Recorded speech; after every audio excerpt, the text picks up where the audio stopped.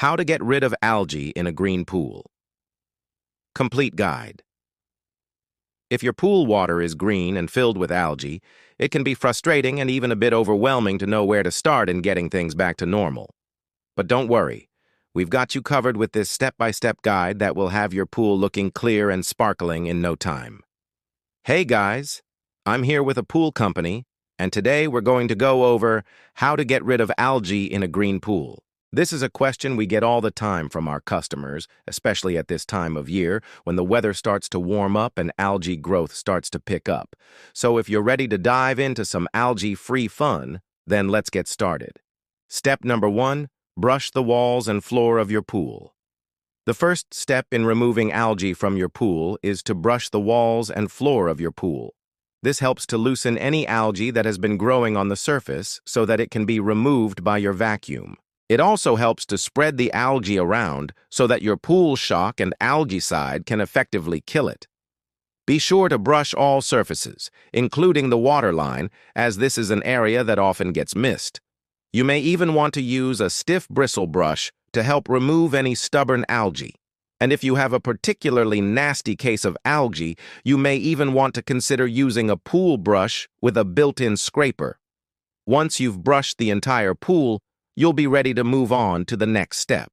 Step number 2, vacuum to remove loose debris.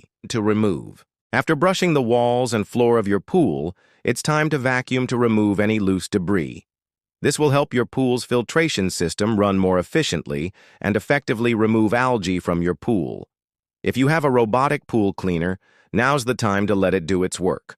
Otherwise, you may want to use a manual pool vacuum to remove all of the debris from the bottom of your pool.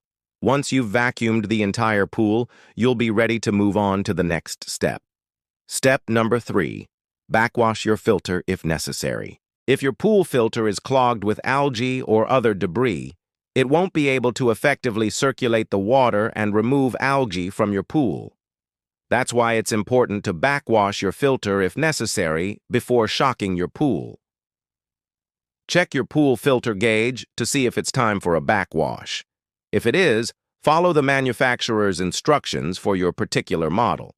Once your filter is clean and running efficiently, you'll be ready to move on to the next step. Step number 4, add pool shock. Now that your pool is brushed, vacuumed, and filtered, it's time to add pool shock. Pool shock is a type of chlorine that is used to kill algae and other microorganisms in your pool water. It works by rapidly increasing the amount of chlorine in your pool water, which helps to break down contaminants and make your pool water safe for swimming. When it comes to choosing a pool shock, there are 2 main options to consider: cal-hypo and non-cal-hypo pool shock. Cal-hypo pool shock contains calcium chloride, which is a source of calcium that can help to prevent scaling and corrosion in your pool. On the other hand, non-cal-hypo pool shock does not contain calcium chloride and is often less expensive. Whether you choose cal-hypo or non-cal-hypo pool shock, it's important to follow the manufacturer's instructions for application rates and usage. Typically, you will need to apply pool shock every 2 to 4 weeks, depending on factors such as bather load and weather conditions. When applying pool shock, it's important to wear gloves and eye protection and to avoid contact with skin and eyes. If you have any concerns about using pool shock, you may want to consult with a pool professional for advice. Once you've applied the pool shock, it's time to move on to the next step. Step number 5, add algaecide. In addition to shocking your pool, you may also want to consider adding algaecide to help prevent future algae growth. Algaecide is a type of chemical that is specifically designed to kill algae and prevent it from coming back. There are many different types of algaecides available on the market, and it's important to choose one that is right for your pool. Some algaecides work better in certain types of pools, such as vinyl-lined pools or pools with a saltwater system. When applying algaecide, it's important to follow the manufacturer's instructions for application rates and usage. In general, you will need to apply algaecide once per week, or as needed to prevent algae growth. If you're unsure about which algaecide to use or how to apply it, you may want to consult with a pool professional for advice. Once you've added the algicide, you'll be ready to move on to the next step. Step number 6, run your pool pump and filter continuously. Now that you've shocked and cleaned your pool, it's time to run your pool pump and filter continuously to help circulate the water and remove any remaining algae. This is an important step because it helps to ensure that the pool shock and algaecide have enough time to work effectively. In addition, running your pool pump and filter continuously helps to prevent future algae growth by keeping the water clean and balanced. Be sure to check your filter regularly to ensure that it is not becoming clogged with algae or other debris, as this could reduce its effectiveness. Step number 7, maintain proper pool chemistry. Maintaining proper pool chemistry is crucial for preventing algae growth and keeping your pool water clean and safe for swimming. Here are some key things to keep in mind when it comes to pool maintenance. pH level. The ideal pH level for a swimming pool is between 7.2 and 7.8. If your pool's pH level is too high or too low, it can create an environment that is conducive to algae growth.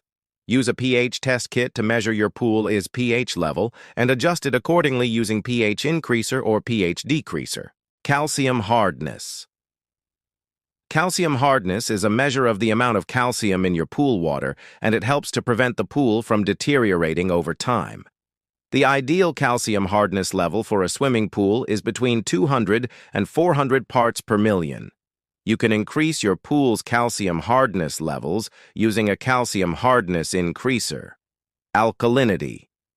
Alkalinity is a measure of your pool water's ability to resist changes in pH level, and it helps to stabilize your pool's chemistry.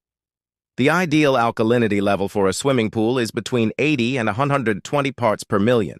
You can increase your pool's alkalinity levels using an alkalinity increaser. Chlorine.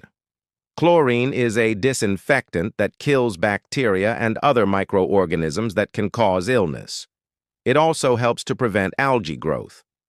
The ideal chlorine level for a swimming pool is between 1 and 3 parts per million.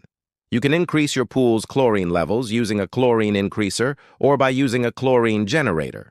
Step number 8, clean your pool's equipment. If your pool's equipment is clogged with algae or other debris, it can reduce its effectiveness and make it more difficult to maintain clean pool water. Here are some things to keep in mind when it comes to cleaning your pool equipment. Skimmer baskets. The skimmer baskets are located in the skimmer, and they are responsible for collecting leaves and other debris that float on the surface of the water. Be sure to clean them out regularly to prevent them from becoming clogged. Pump basket. The pump basket is located in the pump, and it helps to protect the pump from damage caused by debris. Be sure to clean it out regularly, especially if you have a lot of trees around your pool. Filter. The filter removes algae and other debris from your pool water. Be sure to backwash or clean your filter regularly to prevent it from becoming clogged. Step number 9. Consider using a pool service. If you're still struggling to get rid of algae in your pool, you may want to consider hiring a pool service. A pool service can help you identify the source of the problem and develop a plan to get rid of the algae and keep it from coming back. They will have the experience and knowledge to properly diagnose your pool and provide you with the best possible solution. Plus, they will have the necessary equipment to get the job done quickly and efficiently. And there you have it. With these simple steps, you'll be able to get rid of algae in your pool and enjoy a clean, clear pool all season long. Remember to brush the walls and floor of your pool vacuum to remove loose debris. Backwash your filter if necessary, add pool shock, add algicide, run your pool pump and filter, continuously maintain proper pool chemistry. Clean your pool's equipment and consider using a pool service if needed. If you found this video helpful, don't forget to like and subscribe so you never miss out on our latest tips and advice. Thanks for watching.